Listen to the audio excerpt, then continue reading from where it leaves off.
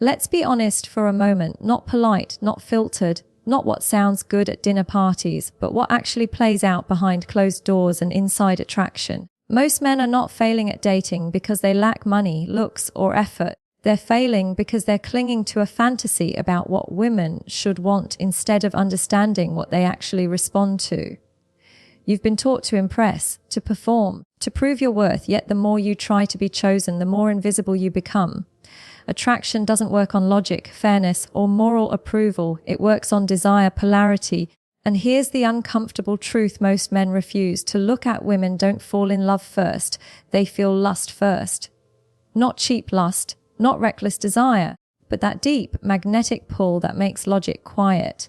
Until you understand this, you'll keep doing the right things and getting the wrong results. Most men grow up believing that if they are good enough, kind enough, loyal enough, and emotionally available enough, a woman will naturally desire them.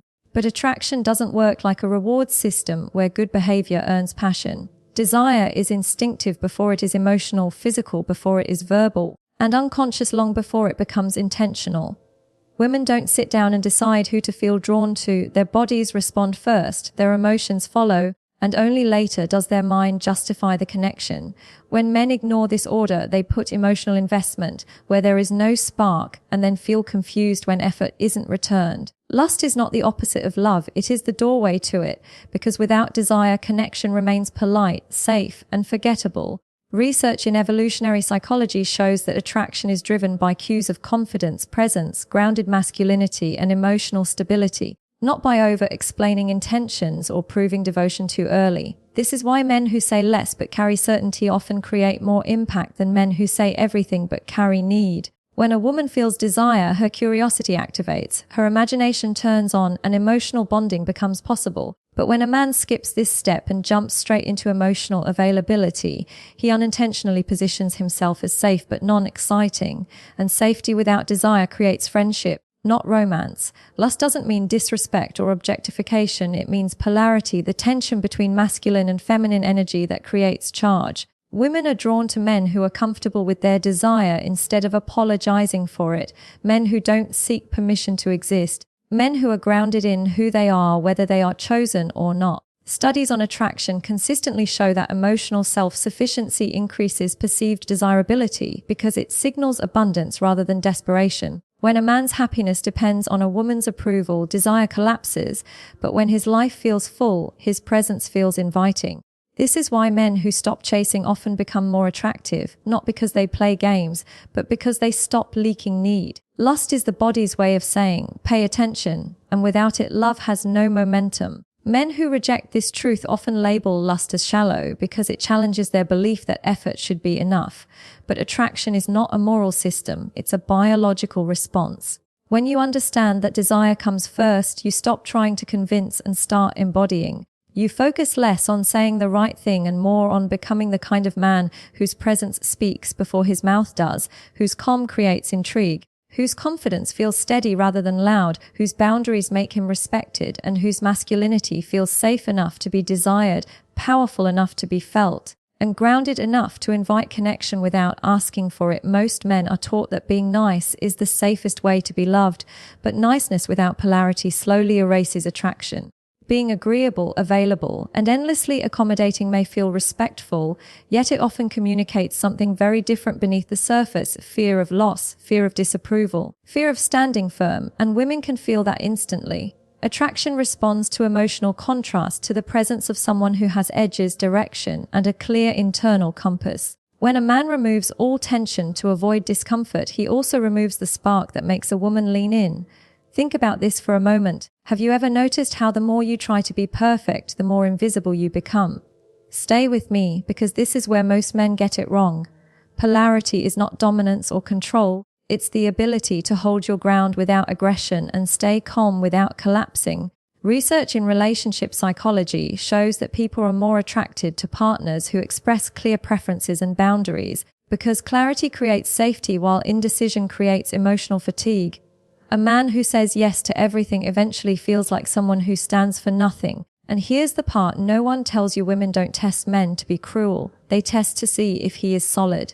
When she challenges, disagrees, or pulls back, she's unconsciously asking, Are you still yourself when I don't approve? If the man instantly apologizes, explains, or overgives, desire weakens. Pause the video for a second and ask yourself how often you shrink just to keep peace.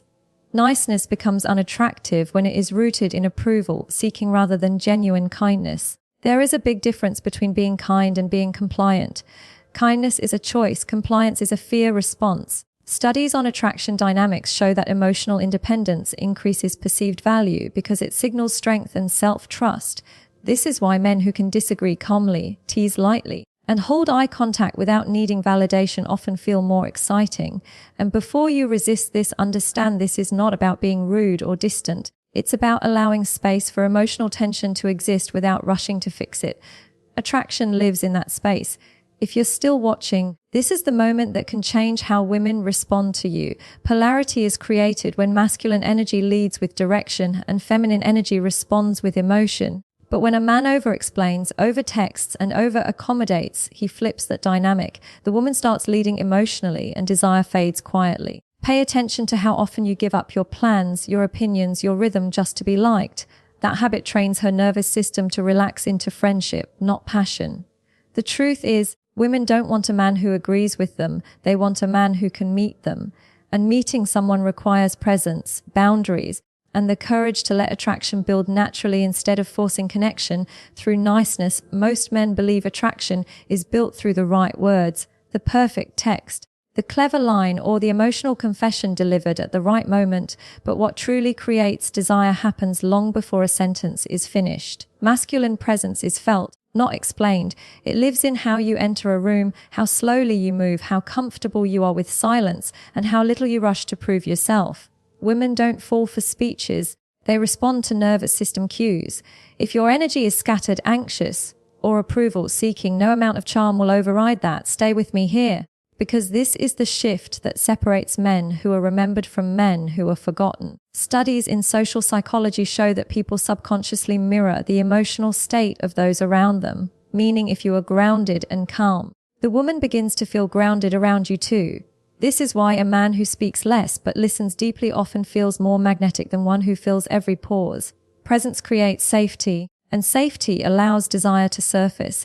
When a man is fully in his body, comfortable with eye contact, and unbothered by the need to impress, he signals leadership at a primal level. Leadership is not about control, it's about emotional containment. Think about this for a moment. Have you ever noticed how some men don't chase attention, yet it finds them? That's presence. Masculine presence is built through self-regulation, through knowing how to slow your breathing, ground your posture, and stay relaxed even when attraction is on the line. Neuroscience research shows that regulated nervous systems are perceived as more trustworthy and attractive because they signal stability under pressure. When a man fidgets, over-talks, or rushes to fill silence, he communicates uncertainty, and uncertainty dissolves desire. If you're still watching, this is where awareness changes everything. Words should follow energy, not replace it. This is why men who try to talk their way into attraction often fail, because they're trying to negotiate desire instead of allowing it to emerge. Presence also means being emotionally available without being emotionally reactive. You can feel interest without clinging, connection without attachment, and desire without urgency. Women sense when a man can hold intensity without collapsing into it. This is what creates polarity, the feeling that she can relax because he is steady. Research on attraction dynamics shows that emotional restraint, not emotional suppression, increases perceived confidence. That restraint allows mystery to exist. Mystery doesn't come from hiding information, it comes from not needing to reveal everything at once. Pay attention to how often you rush intimacy through words instead of letting it grow through experience. The man who trusts the moment doesn't chase outcomes. He lets eye contact linger, allows pauses to breathe, and stays anchored in himself regardless of how she responds. And here's the uncomfortable truth. Women don't remember what you said as much as they remember how they felt in your presence. If your presence calms her, excites her, and makes her feel seen without pressure, desire has room to grow naturally, quietly, and powerfully. Many men dismiss lust as something shallow, temporary, or even immoral, but that belief keeps them disconnected from how attraction actually works. Lust is not the enemy of depth. It is the biological spark that opens the door to emotional bonding. Before a woman feels safe enough to attach, her body needs to feel activated. That activation is not a choice, it's a response. Hormones like dopamine and oxytocin don't release because a man is logical or fair. They release when there is polarity, confidence, and emotional charge. Stay with me here because this reframing changes everything. Neuroscience shows that desire is processed in the limbic system, the same part of the brain responsible for emotion and bonding, which means lust and love are not separate pathways, they are connected stages of the same process. When men reject lust, they reject the very mechanism that allows intimacy to deepen. Think about this for a moment. How many times have you tried to be emotionally available first, only to feel unseen or undervalued? That's because biology doesn't respond to intention. It responds to stimulus. Lust is stimulus. It signals aliveness, masculinity, and presence. This doesn't mean becoming aggressive or performative. It means being embodied, self-assured, and comfortable with your desire without apology. If you're still watching, this is where men often sabotage themselves. They try to prove they are not like other men by suppressing desire, but in doing so, they remove the spark that differentiates them from everyone else. Studies in evolutionary psychology consistently show that sexual polarity increases attraction because it reflects complementary energy rather than sameness. When a man softens his masculinity too early, attraction fades, not because women want toxicity, but because they want contrast. Lust is the felt experience of that contrast. It's the tension between grounded masculinity and receptive femininity. Without tension, there is comfort but no charge, and comfort without charge leads to emotional stagnation. Pay attention here because this is subtle but powerful. Lust does not mean constant sexual pressure. In fact, restrained desire is far more attractive than overt pursuit. When a man is aware of his desire but doesn't rush to act on it, he creates intrigue. Research on delayed gratification shows that anticipation increases dopamine levels, making attraction stronger over time. This is why slow energy, intentional touch, and measured expression often feel more intense than immediate gratification. Lust, when integrated, becomes magnetism. It informs how you look, how you pause, how you hold space. It's present without being demanded. Men who understand this stop trying to be chosen and start allowing attraction to unfold. They stop chasing emotional reassurance and start embodying confidence that feels natural. The real dating truth men refuse to see is that lust is not shallow, it is foundational. When you respect desire instead of fearing it, you give connection a chance to grow roots. Because what begins in the body has the potential to deepen in the heart and expand in the mind when it is allowed to unfold without shame, force, or suppression.